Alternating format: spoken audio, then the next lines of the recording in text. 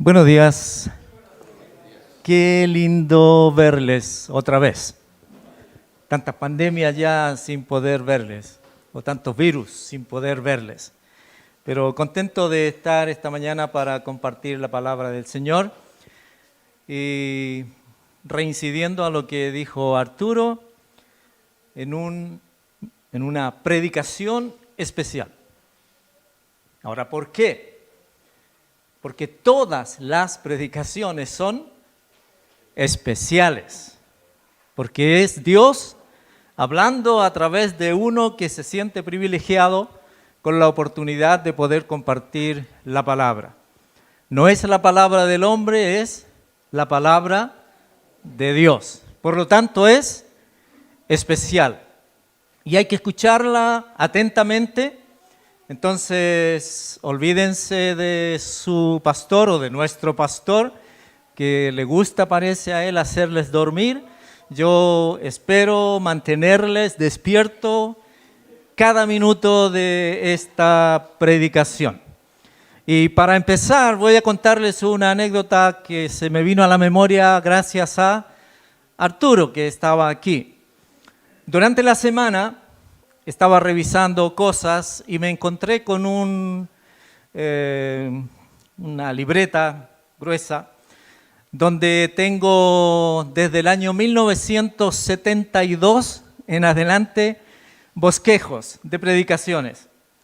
Y estuve hojeando y en muchos de ellos logré recordar el momento, el lugar. Ya sea porque tenía la fecha, ya sea porque tenía el lugar donde había sido predicado. Pero al final de este libro me encontré con un anecdotario pastoral. Ese era el título.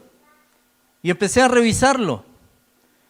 Conté 25, leyendo solamente las frases iniciales. Y obviamente se referían a mi anecdotario pastoral, cosas que sucedieron desde el año 71 más o menos en adelante en la iglesia, cosas que le pasan a los pastores. Y recordando esto, ahora vino a mi mente un hombre que está con el Señor, Romildo, primer nombre raro que escuché después de conocer el mío. Romildo. El mío era familiar porque mi tío se llamaba Celindo, pero Romildo nunca lo había escuchado. Romildo Guerra llegó a la iglesia siendo ya un anciano, un creyente que se cambió de iglesia por problemas que tuvo por allá. Vivía cerca, lo visitamos con el misionero con quien trabajaba en ese tiempo y llegó a la iglesia. Como digo, ya llegó viejito. Y murió de 89, 90, quizá más años. Y él tenía una característica, no faltaba a ninguna reunión. Y en esos años había reunión los días martes, los días jueves, los días domingo en la mañana y los días domingo en la tarde. Y él siempre estaba en las reuniones. Y siendo ya viejito, muchas veces mi querido hermano Romildo se quedaba dormido.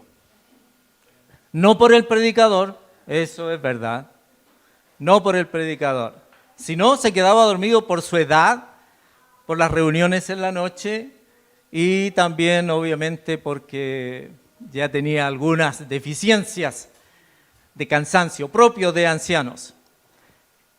Pero un día él empezó a roncar y alguien de una de las bancas empezó así. Y hermano Romildo seguía durmiendo. Y obviamente que era incómodo. Entonces otra persona, hermano, se acercó a él. Él siempre tenía un rincón, su banca, y ahí siempre se sentaba. Se acercó a él y como roncaba, empezó con codazos. Despertó. Y el hermano le dijo, hermano Romildo está roncando. Y él prestamente se pone de pie y dice: hermanos, si ustedes me ven dormir, si ustedes me escuchan roncar, quiero que sepan que prefiero dormir y roncar en la casa del Señor, y no como otros, ya que me están acusando que se quedan a dormir en su propia casa y no vienen a congregarse a la casa del Señor. ¿Cuántas veces más durmió? No recuerdo, pero nunca nadie más quiso meterse con él. Anecdotario pastoral, está ahí escrito. Arturo me preguntó: pastor, ¿de qué va a predicar? ¿Cuál es el tema? ¿De qué va a hablar? Y yo le dije: voy a hacer una pregunta que ahora traspaso a ustedes. ¿Qué pide Dios de ti? ¿Qué pide Dios de ti? ¿Te has hecho esa pregunta?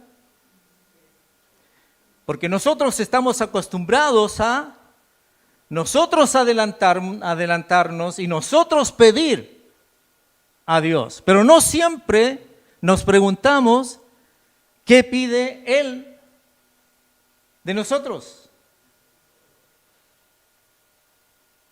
Entonces te hago la pregunta, porque te voy a dar una tarea. Ustedes saben que a mí me gusta dar tareas. Y voy a dar tarea porque la próxima semana, si Dios lo permite, voy a estar aquí otra vez. Quiero que durante la semana tú hagas un estudio personal, tu propia vida diaria, sea de oración o no. Pero quiero que busques aquellas cosas importantes en las cuales tú puedas decir: esto es lo que pide Dios de mí. ¿Lo vas a hacer? Muy bien, porque lo voy a preguntar. Porque voy a estirar mi mano y voy a mostrar tu rostro y voy a preguntarte: ¿qué pide Dios de mí? ¿Recuerdas la última cosa que tú le pediste a Dios? ¿Cuándo fue? Hoy. Y cuando Dios pide cosas de ti, ¿cuándo las pide? Siempre. Entonces es algo que se mezcla, ¿verdad? Vamos a estudiar en el libro de Miqueas. Quiero que abran el libro de Miqueas. ¿Alguien sabe algo de Miqueas? ¿Quién era Miqueas? Muy pocos sabemos de Miqueas, entonces no importa que no sepas en esta mañana, porque la Biblia nos da muy poca información de él. Saber que era un hombre campesino, saber que era un profeta, saber que la profecía le vino mayormente por visiones, no por un contacto directo hablado con Dios. Saber que Miqueas fue contemporáneo de por lo menos 3 otros profetas, entre ellos Isaías.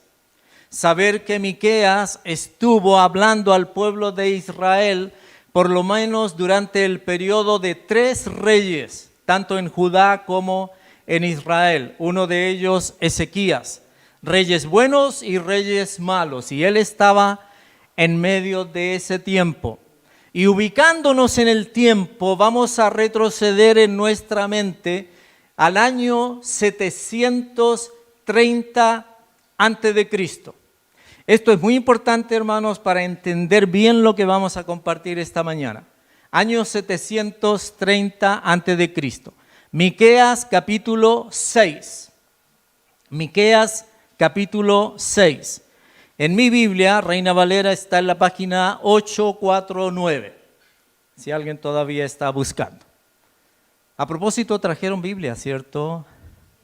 Ustedes deben saber, ya me conocen, la primera pregunta que normalmente hago, la que siempre repito, ¿trajeron su Biblia? No les pregunto si trajeron su celular porque siempre lo tienen con ustedes. Pero cuando venimos a la iglesia, les voy a preguntar si trajeron su Biblia, que no es lo mismo que su celular. Miqueas, capítulo 6, capítulo 6, versículo 6 al 8. Dice la palabra del Señor. ¿Con qué me presentaré ante Jehová y adoraré al Dios Altísimo? ¿Me presentaré ante Él con holocaustos, con becerros de un año? ¿Se agradará Jehová de millares de carneros o de 10,000 arroyos de aceite? ¿Daré mi primogénito por mi rebelión, el fruto de mis entrañas por el pecado de mi alma? Oh hombre, Él te ha declarado lo que es bueno. ¿Y qué pide Jehová de ti? Solamente hacer justicia y amar misericordia y humillarte ante tu Dios. Señor y Padre eterno que estás en los cielos, muchas gracias porque podemos abrir tu palabra libremente en esta mañana. Muchas gracias por tu Espíritu Santo, que confiamos y esperamos que nos mantenga atentos a tu voz para aprender de ti, aprender de tu palabra, aprender de tu historia, especialmente con el pueblo de Israel y traspasar esa enseñanza a nuestra propia vida. Buscamos gracia y sabiduría, Señor, para exponer. En el nombre de tu Hijo Jesucristo, nuestro Salvador. Amén. ¿Qué pide Dios de ti?, preguntó el profeta Miqueas. ¿Cuántas cosas? Solo 3 cosas, ¿verdad? ¿Y cuáles son esas 3 cosas? Hacer justicia, amar misericordia y humillarte ante tu Dios. Nada más. La situación, hermanos, es muy compleja. La situación es muy complicada en este trío de personajes que aparecen en estos versículos. Aparece el Señor, aparece el pueblo de Israel y aparece Miqueas.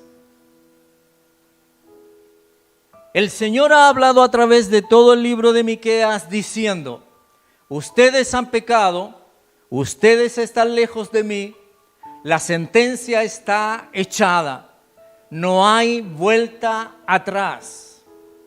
Ustedes han hecho iniquidad, ustedes se han alejado de mí, ustedes en este momento no tienen vuelta, no tienen regreso, dice el Señor. ¿Qué dice el pueblo? Entonces, ¿con qué me presentaré ante Jehová y adoraré al Dios Altísimo? Si está diciendo que ya todo está determinado, si está diciendo, Señor, que ya todo está consumado respecto de mi realidad como pueblo o nuestra realidad como pueblo, entonces, ¿con qué me presentaré y adoraré delante de ti? ¿Me presentaré ante ti con holocaustos, con becerros de un año? Es decir, ¿vale la pena seguir haciendo esto?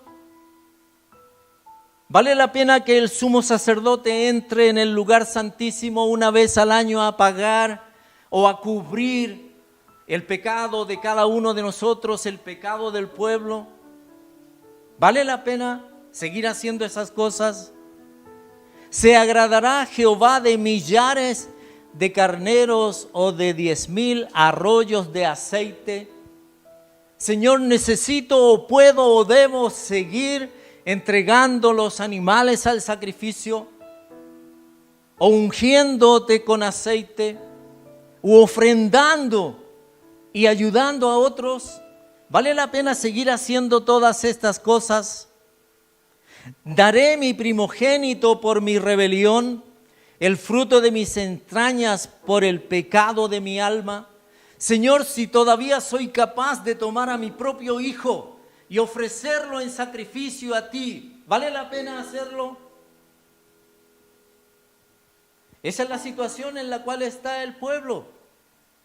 Y la voz de Dios ya les ha dicho, todo está consumado. Ya declaré lo que voy a hacer. ¿Qué año les dije que estábamos hablando? 730, antes de Jesucristo. En el año 722, el reino del norte, 10 tribus de Israel, fueron invadidas por los asirios y aniquilados por los asirios.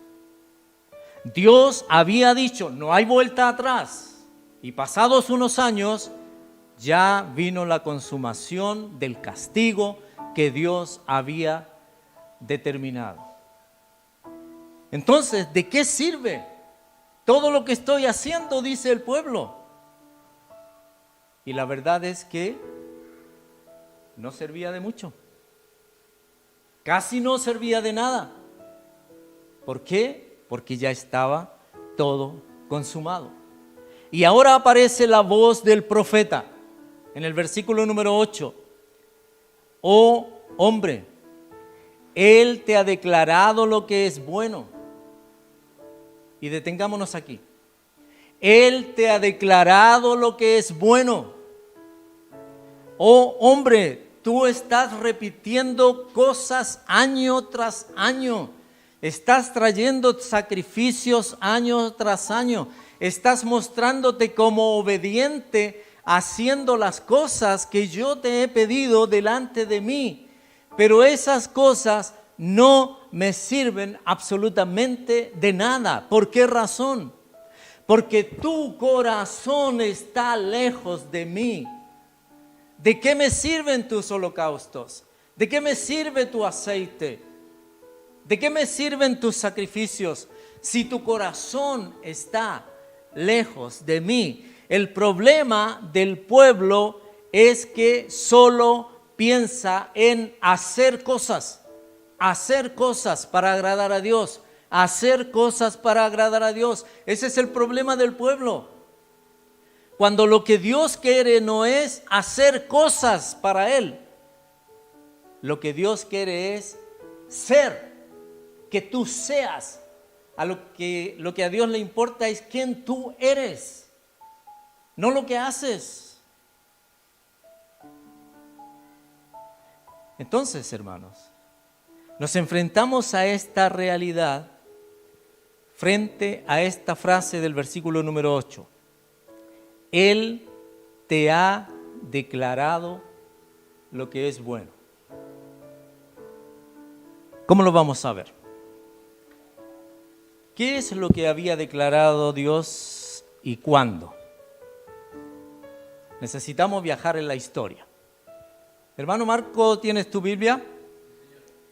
Por favor, Deuteronomio capítulo número 30. A partir de este minuto, usted no se llama Marcos o Marco. Usted se llama Moisés. ¿Ok? Miqueas dijo,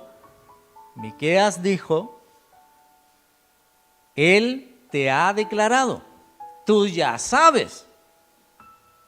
Tú ya lo sabes, chico. Ya tú sabes lo que Él te ha declarado. ¿Alguien más tiene Biblia, hermano Arturo? Ya. Entonces vaya por favor a Romanos y el capítulo número 8. 10. Romanos capítulo 10.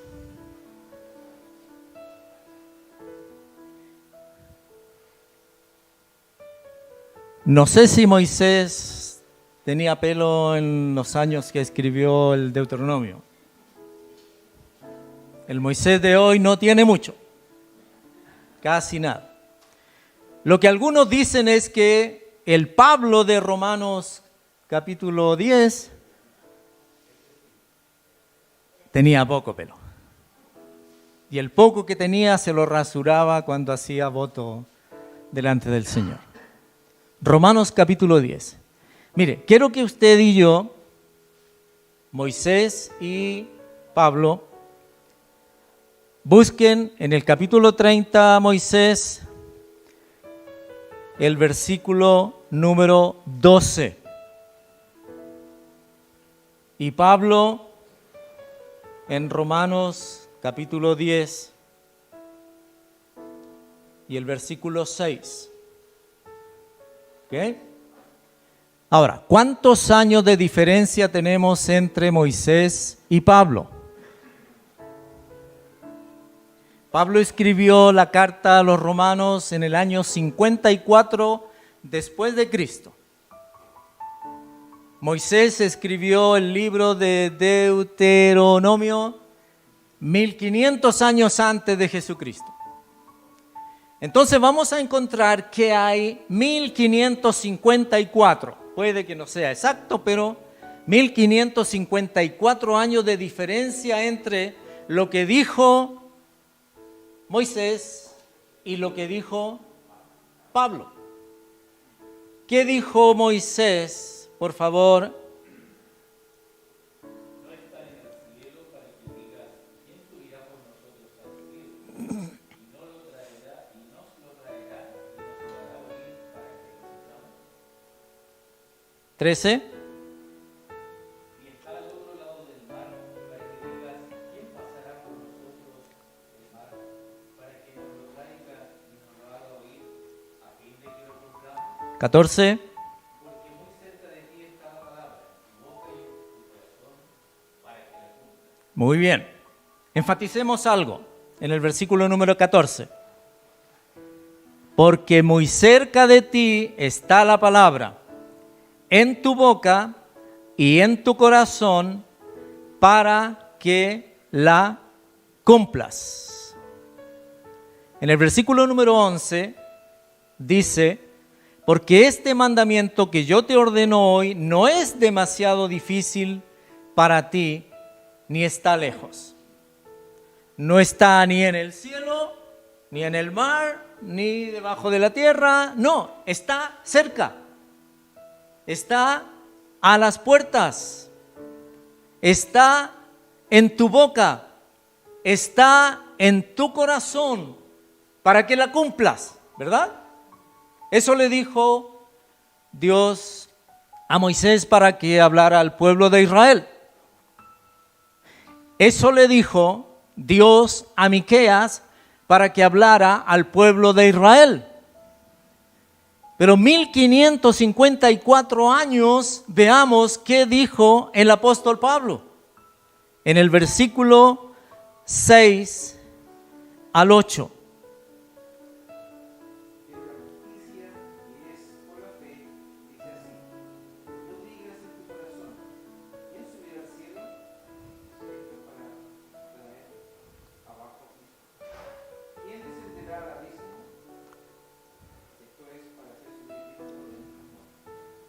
¿Y el 8?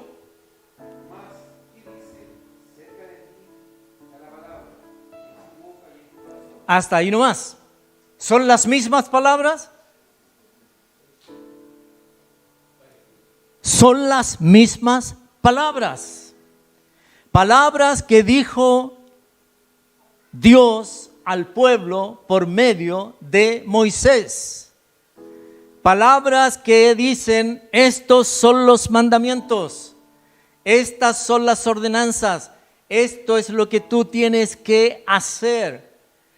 Y esto no será difícil de hacer y no será difícil de entender, porque estarán en tu boca y estarán en tu corazón.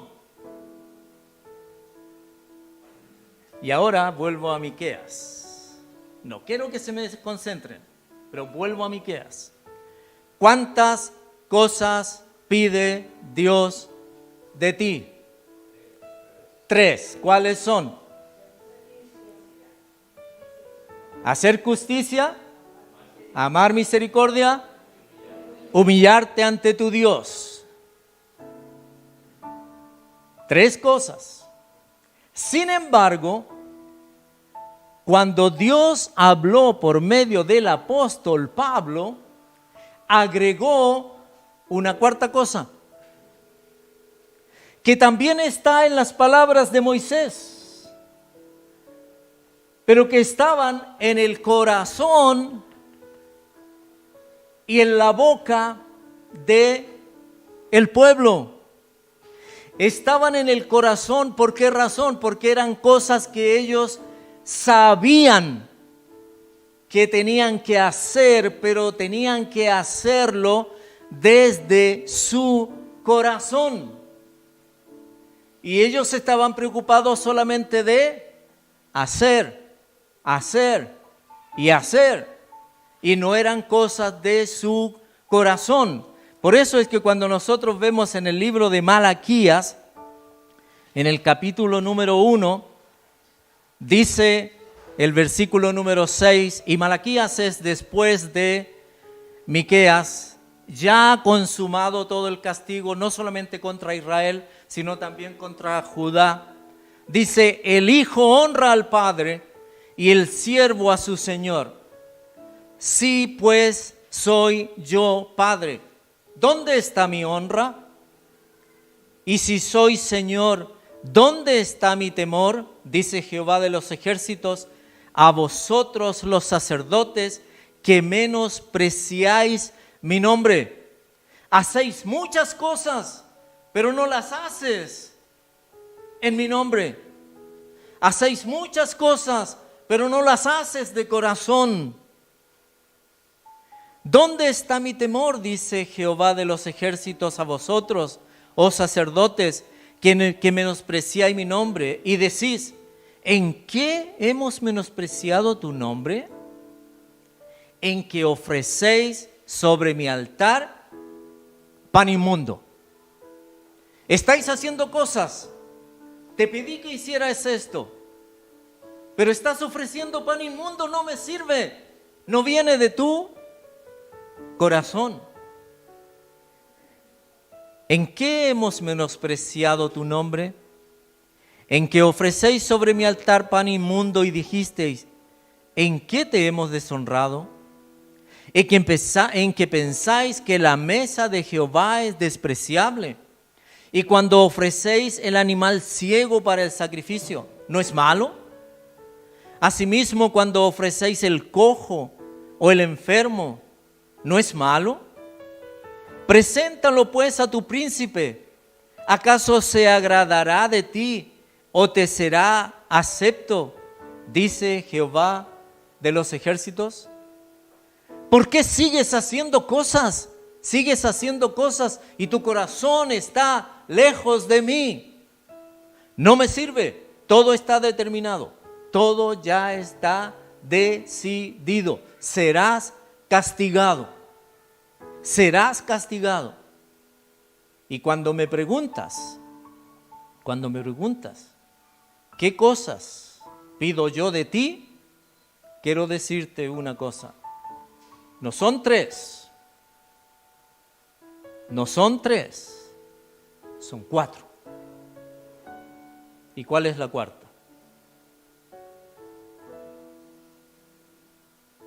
¿Cuál es la 4ª? Esto toca no solamente, hermanos, a nosotros, los creyentes. Esto toca también al mundo incrédulo de hoy. El mundo incrédulo de hoy hace muchas cosas, y agrada a sus dioses, pero no agrada al Dios del cielo. Agrada a aquellos en quienes han puesto su fe, su confianza, su seguridad, su esperanza. Pero no agrada al Dios de los cielos, no agrada al Dios de la Biblia. y nos toca a nosotros. Y ahora quiero que todos vayamos a Romanos, porque ahí está la respuesta. Romanos capítulo 10, volvamos a Romanos capítulo 10. Ahí está la respuesta.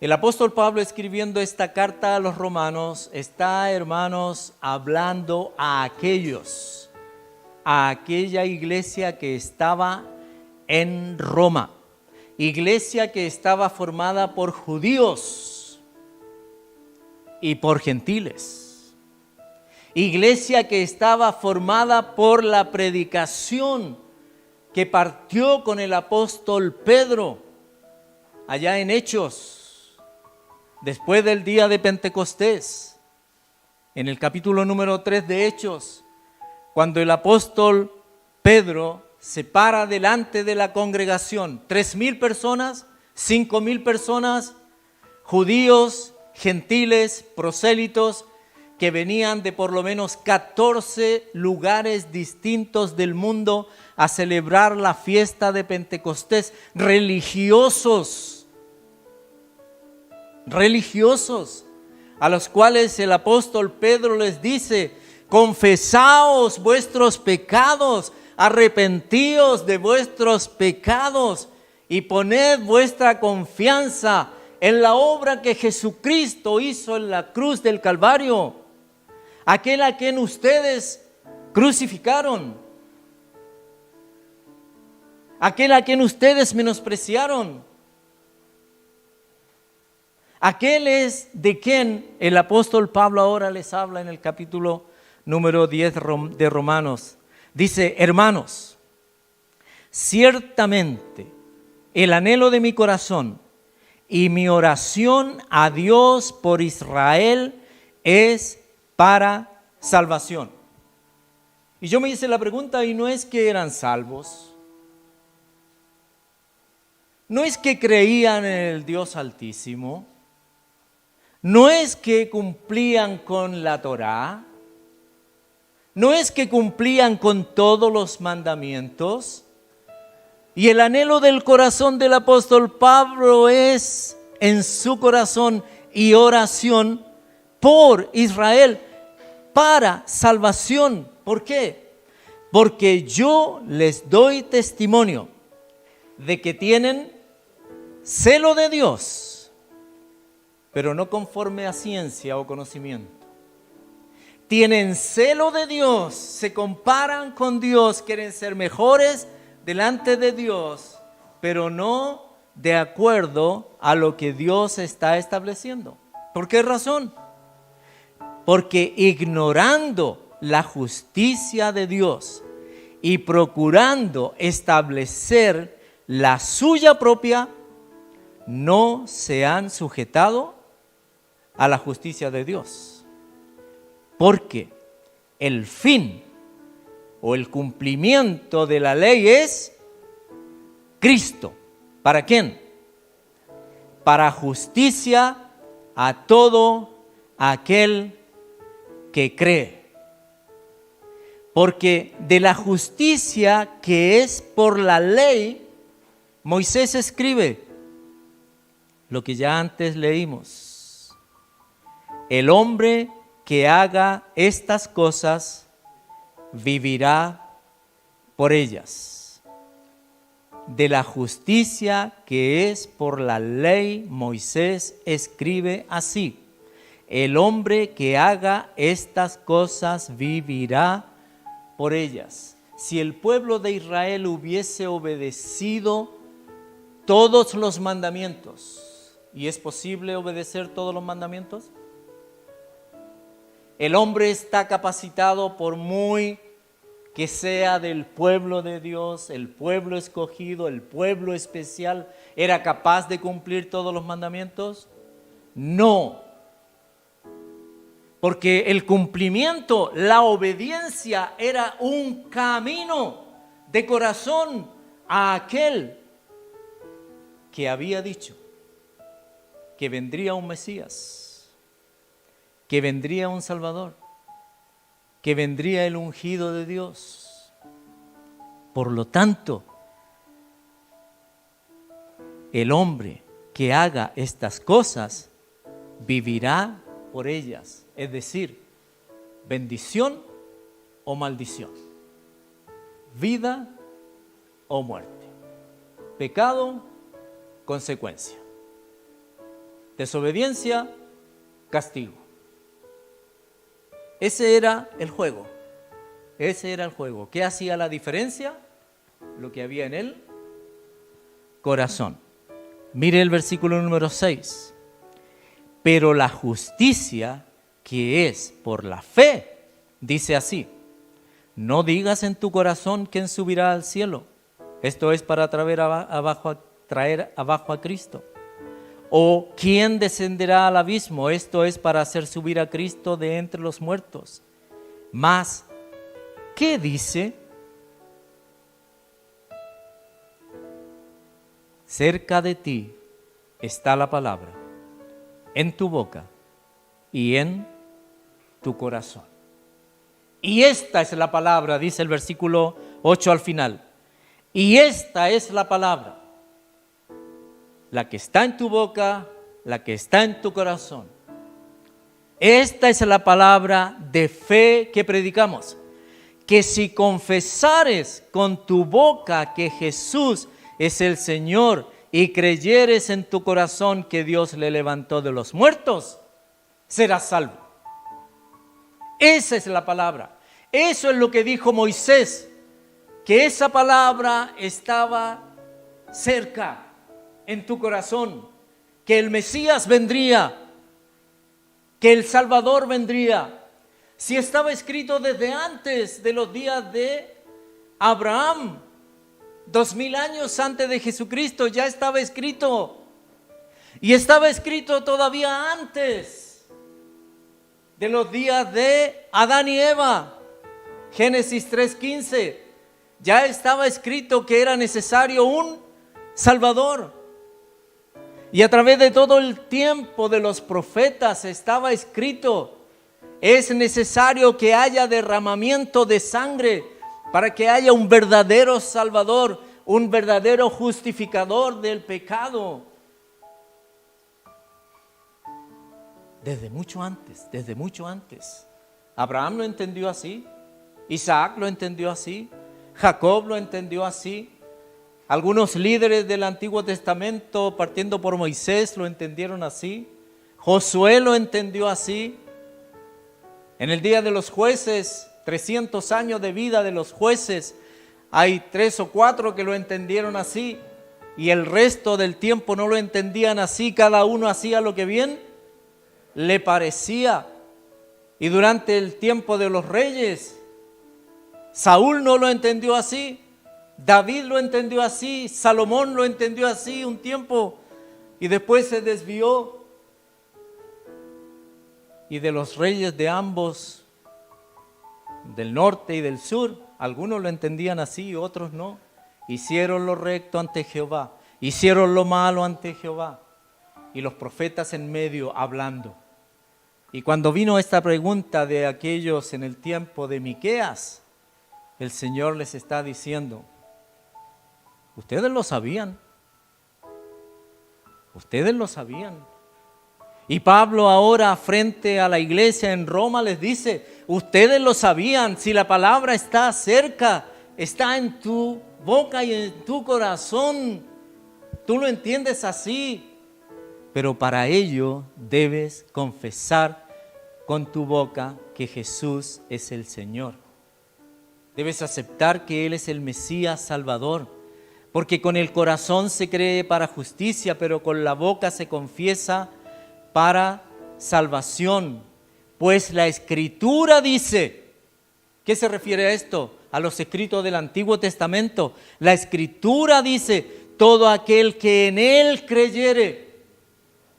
No ha venido todavía, pero tienes que creer en Él. Ya vino, tienes que creer en Él. Y es el gran dilema de hoy. Por eso tantas religiones. Y termino con esto, hermanos. Porque no hay diferencia entre judío y griego. Pues el mismo que es Señor de todos, es rico para con todos los que le invocan. Porque todo aquel que invocare el nombre del Señor será sal, corazón y boca, para reconocer a Jesucristo. Eso le está predicando Pablo a los romanos. Ahora la petición es cuádruple: hacer justicia, amar misericordia, humillarte ante tu Dios y creer en Jesucristo como tu único y todo suficiente Salvador. Eso es lo que pide Dios de ti. Eso es lo que pide Dios de ti. Eso es lo que pide Dios de los romanos. Eso es lo que pide Dios de los judíos que están esparcidos por el mundo. Eso es lo que pide Dios de todas las religiones, a todas las religiones. Busquen a aquel líder, busquen a aquel Señor que murió, que fue crucificado, que fue bajado de la cruz, que fue sepultado, que resucitó, que ascendió a los cielos y que hoy espera por ti. Ese es el Jesús. Y no los líderes que tiene el mundo. No son ellos. Entonces, bajo esta premisa, te hago la pregunta otra vez y termino. ¿Qué pide Dios de ti?